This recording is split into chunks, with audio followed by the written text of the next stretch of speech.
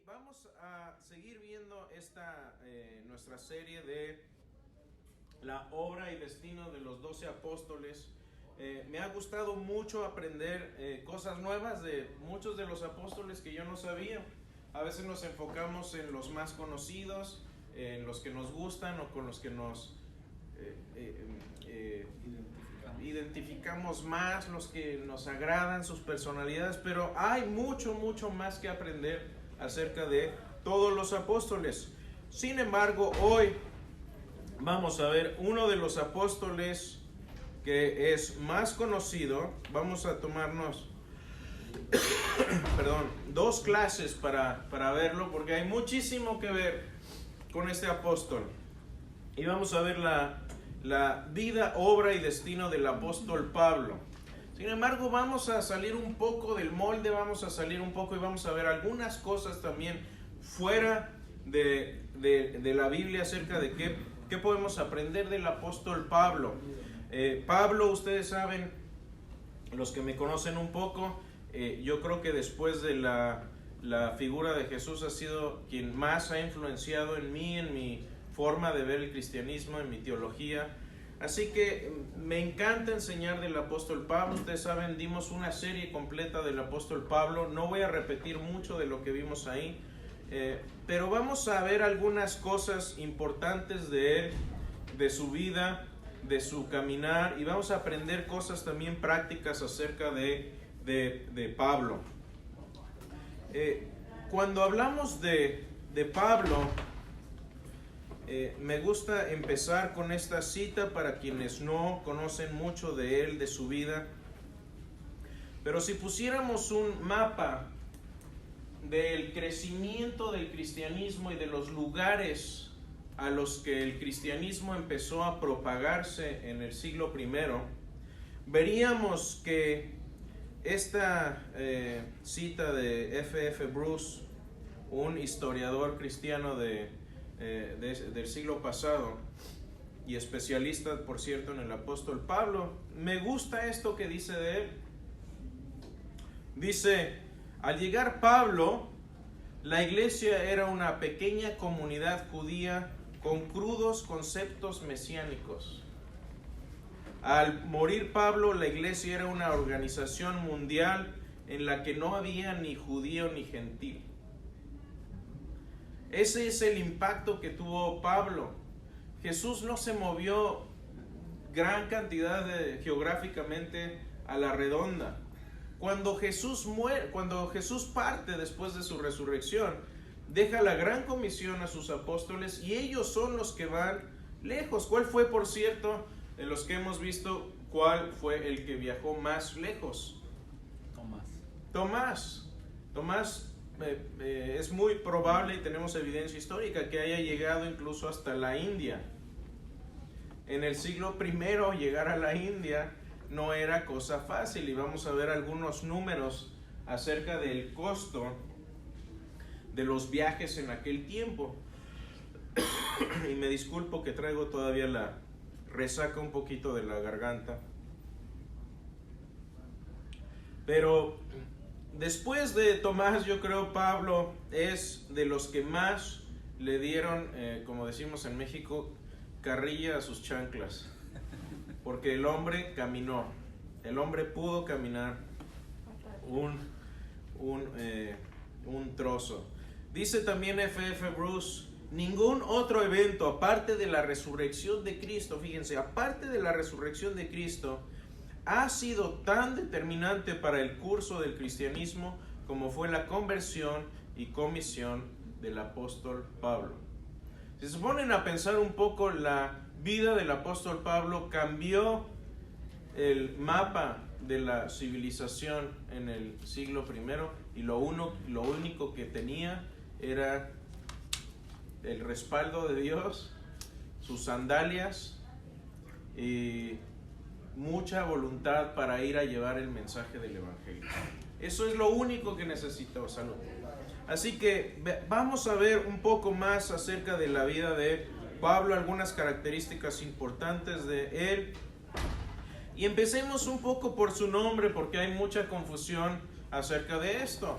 Pablo o Saulo. ¿Y por qué Saulo y por qué Pablo? Bueno, Pablo es el nombre romano que tenía el apóstol Pablo. Ustedes saben que el apóstol Pablo tenía nacionalidad romana también, aunque era un hombre judío. Y como romano tenía un nombre romano, Pablo, o Paulos en el griego. ¿Qué significa la palabra Pablo? Pequeño, quiere decir pequeño, chiquito. ¿Qué quiere decir la palabra Saulo? Esa es más difícil. Origen hebreo. Los que van a desempolvar la clase de Pablo cuando vimos sus nombres a detalle, ¿se acuerdan?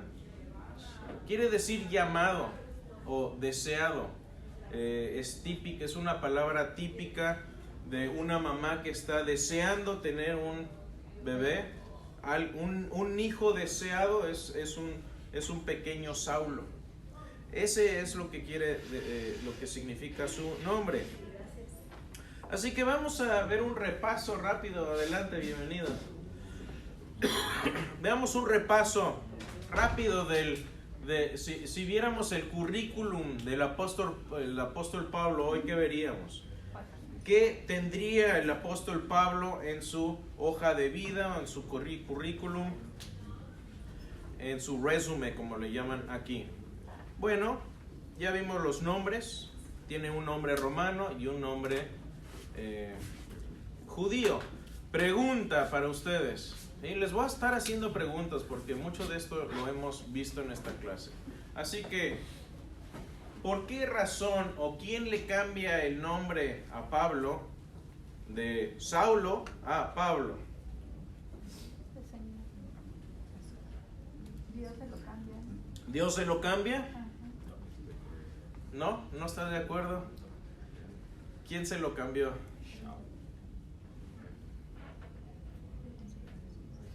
Vamos, estaban dormidos en esa clase, la vamos a tener que dar de nuevo. Lucas. ¿Ah? Era muy tremendo, Pablo. Después de la conversión era Saulo y ya después de la conversión Pablo. No, Ya se la- ¿no? tampoco. Pues no fue así que le dijo Pablo, ¿por qué me persigue? No es esa parte. No. Pues ya está antes. Donde usaban el nombre. Dejarás de ser perseguidor de la iglesia. Es en esa parte cuando le cambian. Sí, pero el nombre no tiene nada que ver con ser perseguidor o no ser perseguidor. Es un poquito un mito esto de que Dios le cambió el nombre. No fue como Abraham que le cambió el nombre. Más bien fue una cuestión de practicidad. A ver, hay debate entre los teólogos acerca de por qué Pablo deja de usar su nombre de Saulo y empieza a usar Pablo. Pero hay una explicación más simple. De hecho, cuando uno empieza a ver el libro de Hechos, no hay un momento en que le dice, ahora tú eres Saulo y ahora serás Pablo. No hay tal momento. El punto de inflexión donde Pablo empieza a usar su nombre romano es cuando va a la isla en su primer viaje misionero va a Chipre y a Creta y empieza a evangelizar. ¿Y a quién es el que evangeliza primero ahí? Un dirigente de la isla. ¿Sergio qué? Sergio Paulo. Sergio Paulo tenía el mismo nombre romano que Pablo. Y muchos historiadores dicen, era común y era normal que si está tratando con una autoridad romana que tiene el mismo nombre, que se presente él mismo como Pablo. Así que es más fácil decir, hola tocayo, ¿cómo te llamas? Pablo. Ah, mira qué casualidad, yo también. ¿Sí? Entonces posiblemente no fue algo tan místico.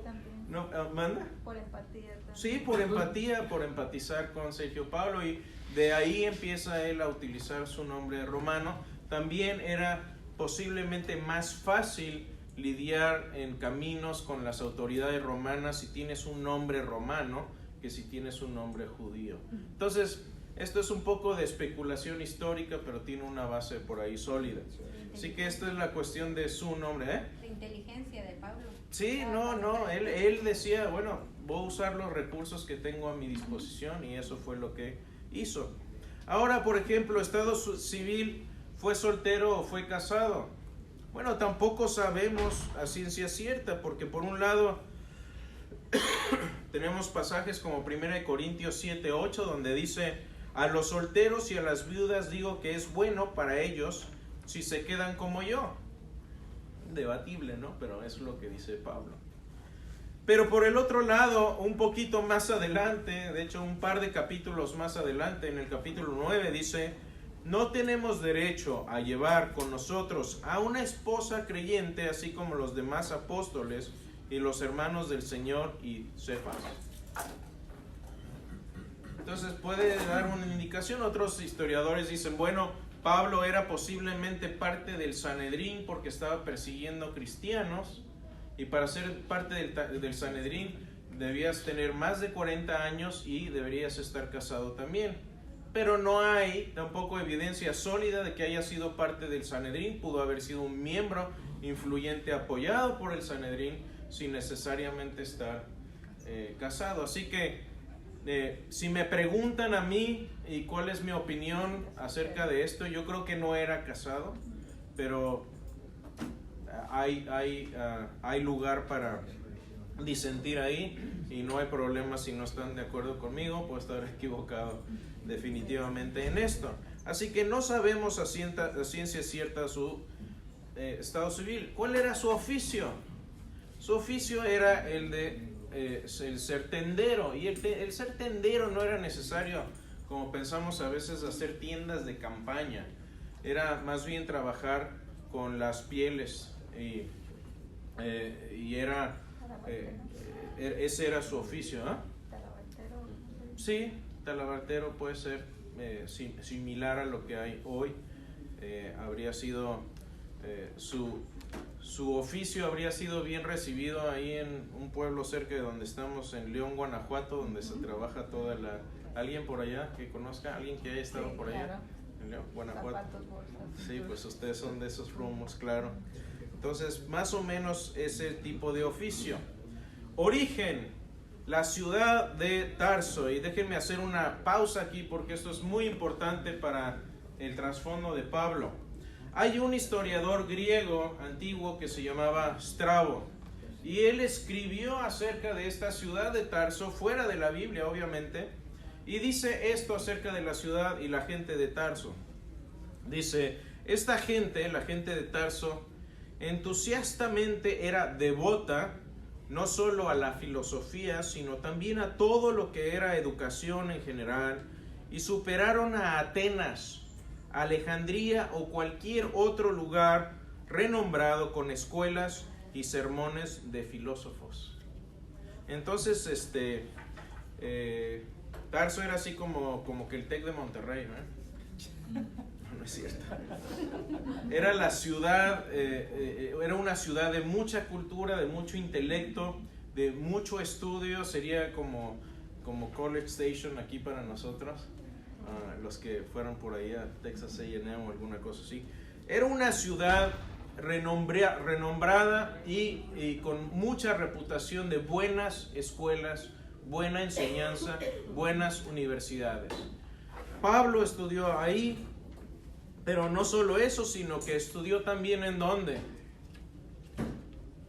En Jerusalén. Sabemos que estuvo en Jerusalén a partir de los 14 años como judío, de los 12 años. Él habría dejado su ciudad natal de Tarso y tenía familia también en Jerusalén. Fue a Jerusalén y estudió ahí. También en su lista de idiomas, ¿qué podríamos poner? Pondríamos hebreo, que era la lengua oficial para estudiar, para estudios hebreos, judíos. Los judíos tenían que aprender y memorizar hebreo desde pequeños. El arameo, ¿qué era? Era la lengua común de aquel tiempo. El arameo era la lengua madre de Jesús y era lo que ellos conocían comúnmente. El griego también. ¿Qué tipo de griego decíamos hace un par de clases? El griego koiné. ¿Y qué quiere decir koiné? Común. Es el lenguaje común, vulgar que la gente hablaba en aquel tiempo. Y también el latín. Latín era algo que Pablo también habría dominado siendo ciudadano romano. Entonces tenía toda esta cultura, tenía Pablo como que la combinación perfecta de habilidades que le dieron. Imagínense cuando uno se prepara, cuando uno tiene habilidades naturales y se prepara y aparte tienes por detrás de tus velas al Espíritu Santo soplando, esto se hace algo tremendo. Una persona así a manos del Espíritu Santo es increíblemente eficiente y cambia el mundo. Datos curiosos. Pablo no fue uno de los 12 apóstoles. Dirían, bueno, ¿por qué lo estamos viendo hoy? Bueno, porque aunque no fue parte de los 12, sí fue apóstol. Jesús lo nombró apóstol y fue un apóstol en todo el sentido de la palabra, como eran los apóstoles, los 12 de Jesús. Y aunque no fue uno de ellos, escribió más que cualquiera de ellos. Y nos ponemos a ver sus escritos. ¿Cuántas cartas escribió? 13 cartas. Y si las sopesar, ¿cuántas cartas en total o cuántos escritos tenemos en el Nuevo Testamento? 27, más o menos la mitad, una carta menos que la mitad. Ahora, si ponemos esa cantidad de tinta que él escribió y la comparamos con el resto del Nuevo Testamento, sería una tercera parte de las palabras que tenemos en el Nuevo Testamento vienen de Pablo. Así que el hombre tenía no solo el don de la palabra, sino el don de la escritura. Por cierto, casi mata a alguien con su predicación, ¿se acuerdan? Sí, se cayó. Por ahí cuando estaba, me parece que era de regreso de su su tercer viaje misionero, ya va de regreso y para por ahí y empieza a predicar y predica hasta el alba, ¿se acuerdan? ¿Y quién estaba escuchando por ahí? ¿Se acuerdan del nombre? ¿Cómo? Eutico. ¿Y qué quiere decir Eutico? No, casi. Quiere decir suertudo. Y obviamente se empieza a cabecear, se sienta a la orilla de la ventana y se cae de la ventana. Y obviamente cae, se mata y Pablo lo resucita y regresa y sigue predicando. Suertudo. Sí, yo creo que eran 2 pisos. Sí. Suertudo porque resucitó. Los nombres en la antigüedad no tenían casualidad. Así que si dijéramos cuál fue el gran momento de éxito de Pablo, yo creo que habría sido muy difícil para alguien como él, alguien como Pablo que estuvo toda su vida viviendo como judío con ciertos conocimientos, ciertas tradiciones. Deshacerse de esas tradiciones debió haber sido algo tremendamente difícil, pero lo hizo. Tuvo este encuentro con Jesús que fue seguramente algo dramático, al punto que tiene que retirarse varios años. Yo estaba hablando con el doctor Gary Habermas, que es especialista en Jesús histórico, y le decía, bueno, cuando dice Pablo en Gálatas que se retiró por varios años a Arabia, obviamente esto sería la zona de Irak, no lo que es Arabia moderna. Le pregunté, bueno, ¿qué fue lo que fue? ¿Qué estuvo haciendo ahí Pablo? Y me contestó algo muy interesante. Dice, yo creo que estuvo repensando su teología.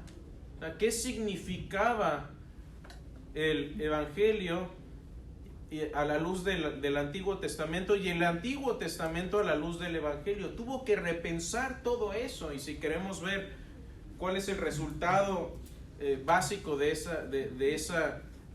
reanálisis de su teología lo tenemos en la carta a los Romanos y en Gálatas, resumido.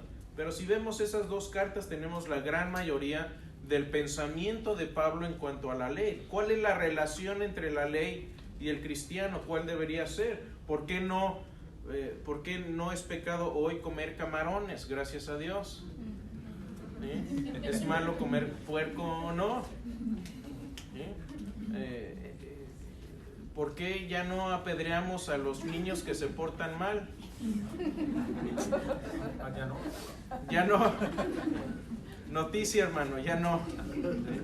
¿Sí? ¿Me entienden? Entonces, todas estas cuestiones debieron haber sido de gran peso y de gran preocupación para Pablo.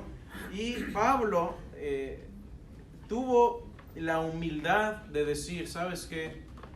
He vivido equivocado, he vivido con una teología incompleta, necesito pensar qué es lo que creo y por qué lo creo a la luz de la resurrección y de la vida de Jesús. Yo creo que eso fue un momento clave y decisivo en su vida. Lección de vida: nunca es tarde para rectificar una vida en el error. Yo no diría que Pablo vivió en el error necesariamente.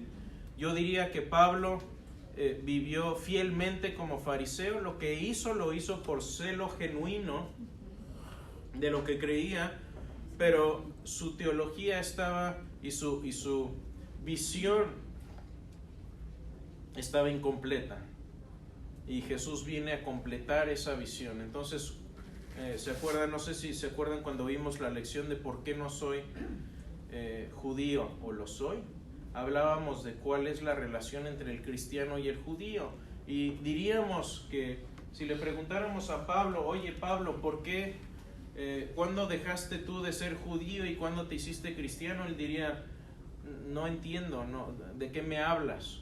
Porque para él el judaísmo fue la primera parte y el cristianismo es la continuación de su judaísmo, pero bien entendido. Es un nuevo pacto.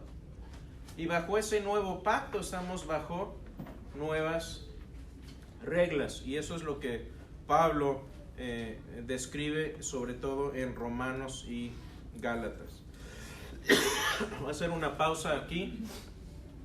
¿Hay alguna pregunta o duda acerca de lo que hemos visto aquí de su hoja de vida? Sí, hermano Alex. En el viaje que él hace allá a la India. Tomás. La conversión, sí. No, perdón. Digo Pablo cuando estaba en Arabia. Ah, sí. Que sería por ahí del sur de Irak, más o menos. Ya. Ajá. ¿Se sabe algo cómo pudo haber influenciado en su pensamiento la cultura que era allá todavía? ¿Estaba bajo el Imperio Romano? No sabemos mucho realmente de lo que hizo ahí Alex. Yo creo que no fue un viaje evangelístico. Yo creo que fue un retiro espiritual para pensar en las implicaciones de, hey, he vivido como judío, conozco la ley. ¿Qué significa la ley a la luz de lo que acabo de vivir con un Cristo resucitado que dice que viene de Dios y que Dios lo reivindica a través de la resurrección? Necesito pensar en eso y retirarme. Entonces yo creo que ese viaje no fue un viaje de influencia, fue un retiro para tratar de entender qué es lo que está pasando con Jesús a la luz de las Escrituras. Pero es buena pregunta. ¿Alguna otra por ahí?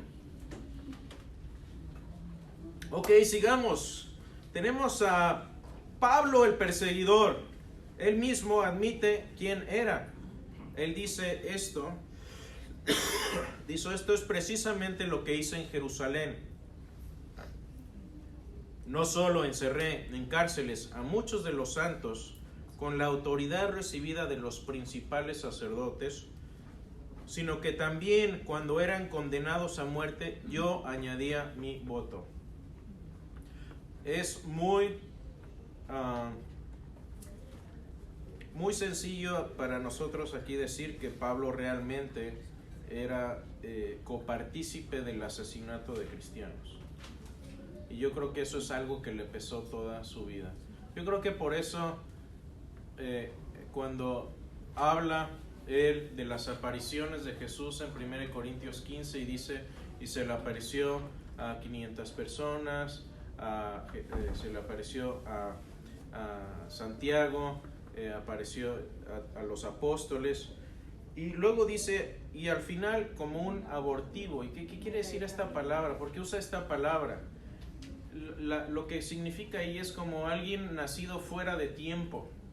Y él estaba reconociendo que no solo vino a conocer a Jesús a destiempo, porque no fue parte de los 12 y se pone al último él mismo en la lista, sino que también yo creo que es una parte de su reconocimiento que fue perseguidor de la iglesia.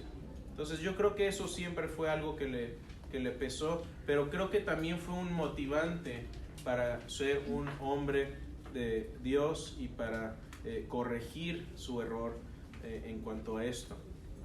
Otro pasaje también en Hechos dice, los castigaba o castigándolos con frecuencia en todas las sinagogas, y procuraba obligarlos a blasfemar, y enfurecido contra ellos seguía persiguiéndolos aún hasta las ciudades extranjeras. Entonces no fue suficiente para Pablo simplemente perseguirlos en Jerusalén y limpiar Jerusalén de la infección cristiana, sino que iba y los perseguía a donde fuera que estuvieran huyendo.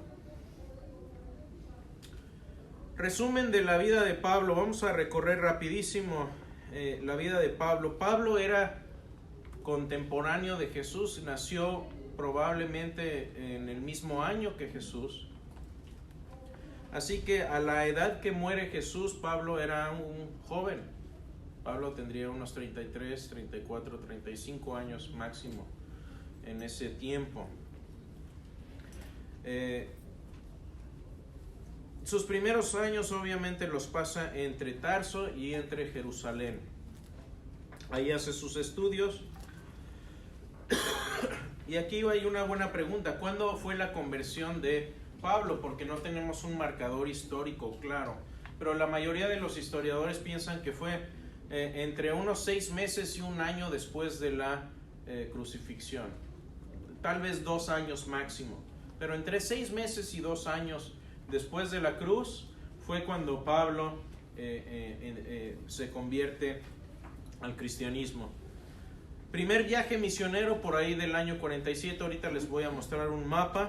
El segundo viaje misionero unos 2 años después.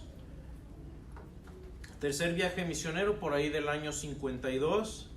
Y después en el 57 es arrestado y permanece varios años arrestado por ahí en Cesarea Marítima. Y de ahí Pablo muere en Roma entre el 64 y el 67. No estamos absolutamente seguros de esto. Yo lo pongo más hacia el 67 que antes, pero hay algunos que difieren en eso. ¿Qué correspondencia escribió Pablo? Y aquí es la parte interesante. Nacimiento por ahí, les digo, contemporáneo de Jesús. Su conversión por ahí entre el 30 y 35, depende de cuándo pongamos el nacimiento de Jesús también. La primera carta, es interesante que ¿cuál es el orden, por cierto, que tienen las cartas o los escritos del Nuevo Testamento en la Biblia? ¿Por qué se organizaron en ese orden? ¿Alguien sabe? ¿Su extensión? ¿Perdón? ¿Por su extensión? Parece ser que tiene que ver con su extensión. Parece que el primer criterio que, por cierto, ¿quién hizo esto? ¿Quién hizo esto de organizar la Biblia en ese orden?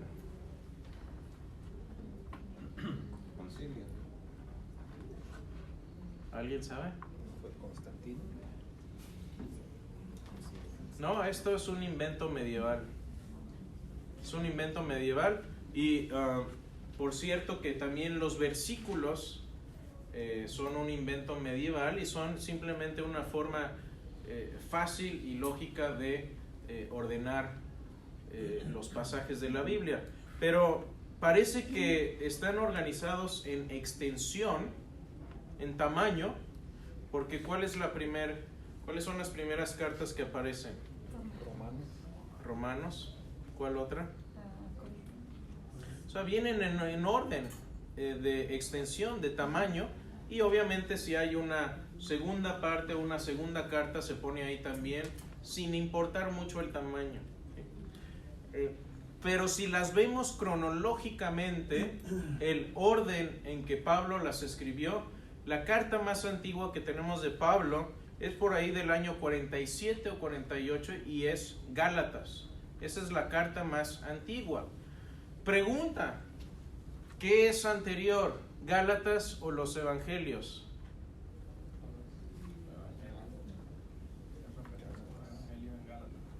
Gálatas, por lo general, las epístolas de Pablo son anteriores a los Evangelios. ¿Sí? Así que los escritos históricos más antiguos que tenemos del cristianismo efectivamente nos vienen del apóstol Pablo. Esa es otra de sus características importantes. Después vienen Primera y Segunda de Tesalonicenses, se escribieron de manera muy seguida. Después hay tenemos, ahí va otra pregunta. Esta va a ser la clase de trivia para ustedes. ¿Cuántas cartas escribió Pablo a los Corintios? 4. Probablemente 4, mínimo 3, de las cuales 2, al menos 1 o 2 están perdidas. ¿Por qué? Porque ya en la primera carta a los Corintios dice Pablo que ya les escribió con anterioridad y no tenemos esa carta anterior. Eso es una carta perdida.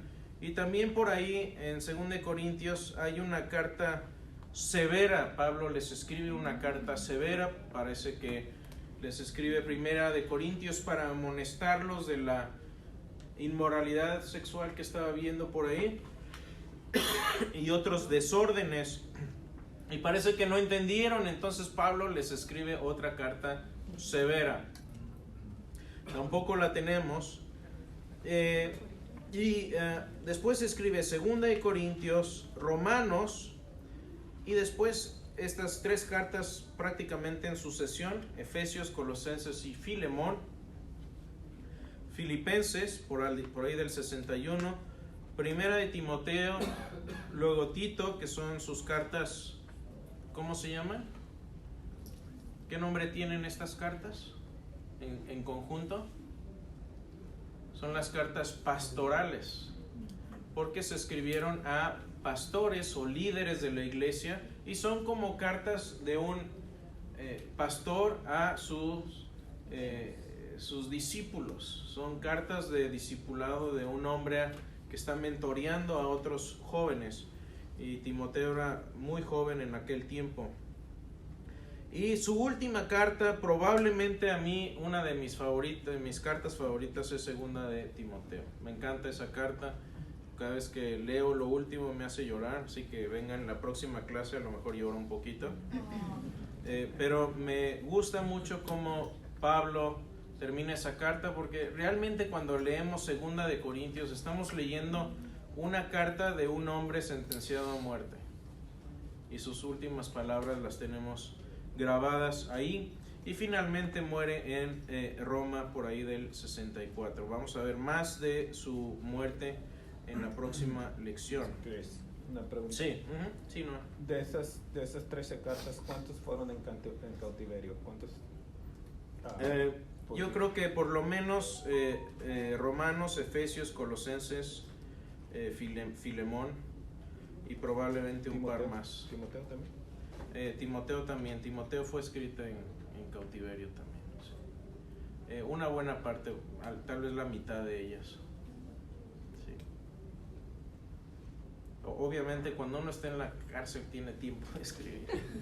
Pero yo lo que me pregunto es el material. Bueno, sus amigos se lo llevaban. Sí. Sí, porque cambia el sentido, ¿no? La forma de cómo puede cambiar la sensibilidad, ¿no? Entre un hombre en libertad y se nota en los escritos. Sí, mira, cuando uno está sufriendo, pueden pasar una de dos cosas: o te haces más sensible a Dios o te rebelas contra Él. Yo creo que no hay gente que diga que se quede neutra en medio del sufrimiento. Cuando estás pasando por algo serio, yo creo que no hay neutralidad. Y entonces yo creo que es una de las causas por las que Dios permite que suframos. C.S. Lewis me gusta lo que decía, que el sufrimiento a veces es el amplificador de sonido para que lo escuchemos la voz de Dios. Y definitivamente uno puede ver eso en las cartas de Pablo cuando está en cautiverio. Obviamente al final de su vida estaba cautivo, pero tenía ciertas libertades, no estaba en una mazmorra oscura, estaba en una casa que rentaba el gobierno romano y tenía acceso a predicar el evangelio, entrar y salir y todo esto. Entonces tenía ciertas libertades. Probatorias, como decir. Sí, como estar en libertad condicional, ¿no? Pero más bien como en arresto domiciliario. Pero definitivamente podemos ver eso en sus cartas, esa sensibilidad a mí me parece increíble que él anima a la gente y les dice: Filipenses, estén gozosos siempre. Y Filipenses es una carta que se escribió desde la cárcel. Entonces, sí, definitivamente podemos ver esa sensibilidad y buena nota, buena observación. ¿Alguna otra? Estas, tal vez está un poco pequeño ahí, pero les voy a dar una reseña muy rápido de los viajes misioneros de Pablo. No sé si se alcanza a ver la flechita. Déjenme ver si puedo escoger. Aquí lo que podemos ver un poco es que el centro de operaciones, por lo general, de Pablo para lanzar los viajes misioneros fue Antioquía. Y Antioquía está en esta parte de aquí, de hecho relativamente cerca de Tarso. Así que su primer viaje misionero consistió aquí en venir a la isla de Chipre. ¿Por qué Chipre? Bueno, porque uno de sus colaboradores, Juan Marcos y Bernabé, eran parientes, probablemente eran primos, y venían de esta isla de Chipre.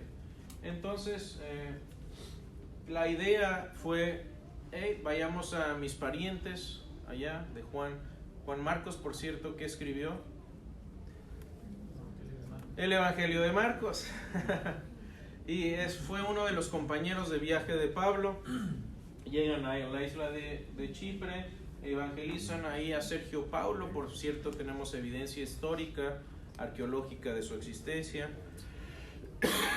Y ahí es donde Pablo después dice: bueno, ya tenemos las sandalias sucias, ya estamos centrados en gastos, ¿por qué no, en vez de volver a Antioquía, por qué no subimos a esta tierra de Galacia, se le llamaba así, y seguimos evangelizando ahí? Y ahí es donde tiene su desacuerdo, porque Juan Marcos decide regresarse como decimos, con chu mamá y chu papá.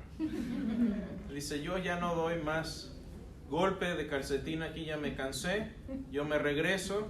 Y después, en el segundo viaje misionero, si se acuerdan, Pablo le dice: ¿sabes qué? Tú ya no vienes. Viene Bernabé le dice: bueno, vayamos al segundo viaje y llevemos a mi primito. Y dice: no, yo con tu primito ya no voy ni a la esquina. Y se raja. Y sí, así como decimos vulgarmente en México, se rajó. No es mala palabra, ¿no? Hasta en canciones bien, así que dije, bueno, ahí lo editas, Ediel, si es mala palabra. Pero llegan ahí, evangeliza toda esta zona de Galacia, llega hasta aquí, hasta Derbe, Listra, Iconio, regresa aquí a Antioquía, que no es la misma Antioquía que es esta se llama Antioquía de Pisidia, y después bajan y regresan en barco directo a Antioquía. Ese fue el primer viaje misionero. Después de regresar, dicen, bueno, ¿por qué no volvemos y visitamos de nuevo las iglesias que dejamos allá? Y ese es el segundo viaje misionero. Prácticamente, si vemos, es esta línea, iba a decir morada, pero estoy casado con una diseñadora de interior, así que es fuchsia.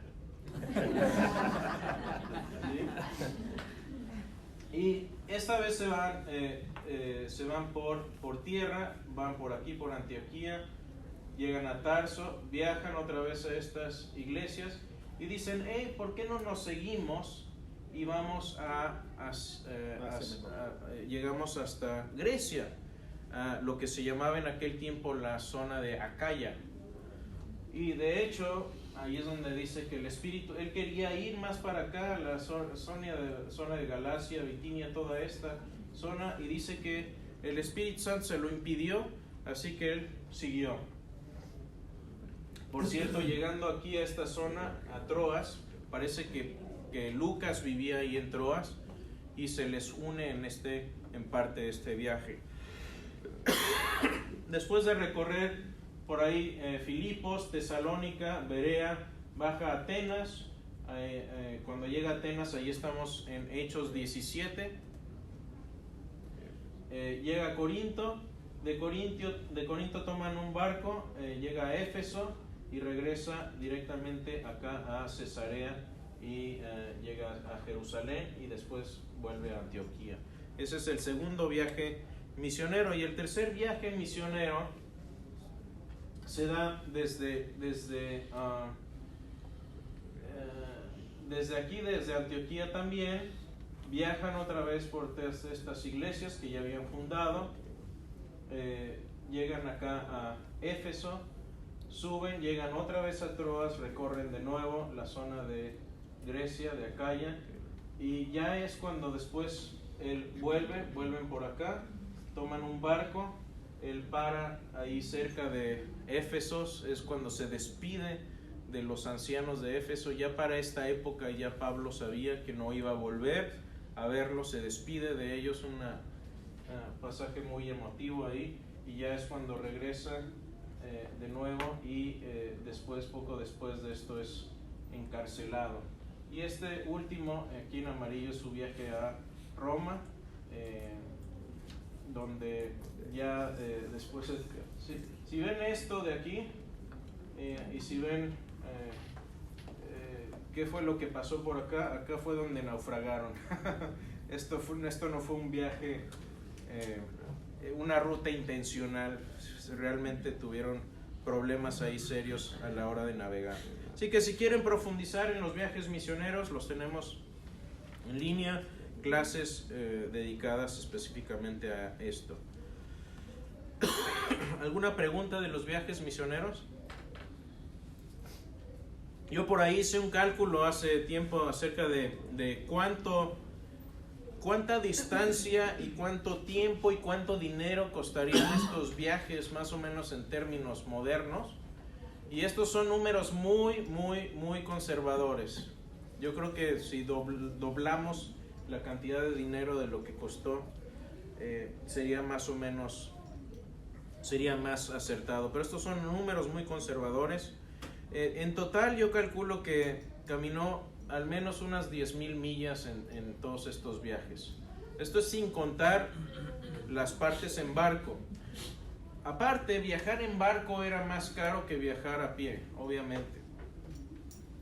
Así que si uno, por cierto, una persona más o menos joven, en forma, que pudiera caminar más o menos rápido, podría recorrerse unas 20 millas diarias caminando. Y eso con buenos caminos, había buenos caminos en el Imperio Romano. Así que yo calculo que estuvo caminando, sin contar las estancias, simplemente caminando durante unos 500 días por lo menos. Y esto es en condiciones óptimas, es decir, si decimos que caminó 20 millas durante todo este tiempo, es muchísimo. Y ahí más o menos un recuento ahí, busqué un poquito más o menos cuánto costaba viajar en aquel tiempo, y eso es un cálculo más o menos, yo creo que con la inflación de ahora ya hay que subirlo un poquito más. Pero no era barato viajar, y no era barato escribir tampoco. Cada uno de estos papiros que él utilizaba para escribir eran muy, muy caros. Entonces no era para todos. Pablo invirtió mucho dinero, mucho tiempo y muchas sandalias en estos viajes. Una cosa que me parece curiosa es ¿qué apariencia física tendría Pablo? ¿Cómo se vería? Bueno, no tenemos evidencia histórica dentro de los evangelios o dentro de sus cartas. Él nunca dice, hey, Timoteo, no me conoces, pero si me ves por ahí, o sea, así cuando te vas a ver con alguien que nunca te ha visto, que conoces tal vez por email o por teléfono, dice, bueno, ¿qué llevas puesto? ¿Cómo eres? Bueno, aquí hay un escrito que se llama Los Hechos de Pablo y Tecla, es un escrito apócrifo, pero los historiadores consideran que esto todavía es una descripción históricamente acertada, porque cuando estás escribiendo algo que tú sabes que tiene ahí errores históricos o que estás tratando de pasar como algo histórico, le metes algunas verdades ahí para despistar al enemigo. Y eso es lo que seguramente pasó aquí, que este escrito todavía estaba dentro de lo que los historiadores le llaman la memoria histórica, es decir, todavía había gente que tenía tal vez padres o abuelos que habrían conocido o escuchado de Pablo y sabrían qué descripción física tendría. Y esto es lo que dice este escrito, que muchos historiadores consideran que seguramente habla la verdad. Además, porque no es muy halagador, vean ustedes.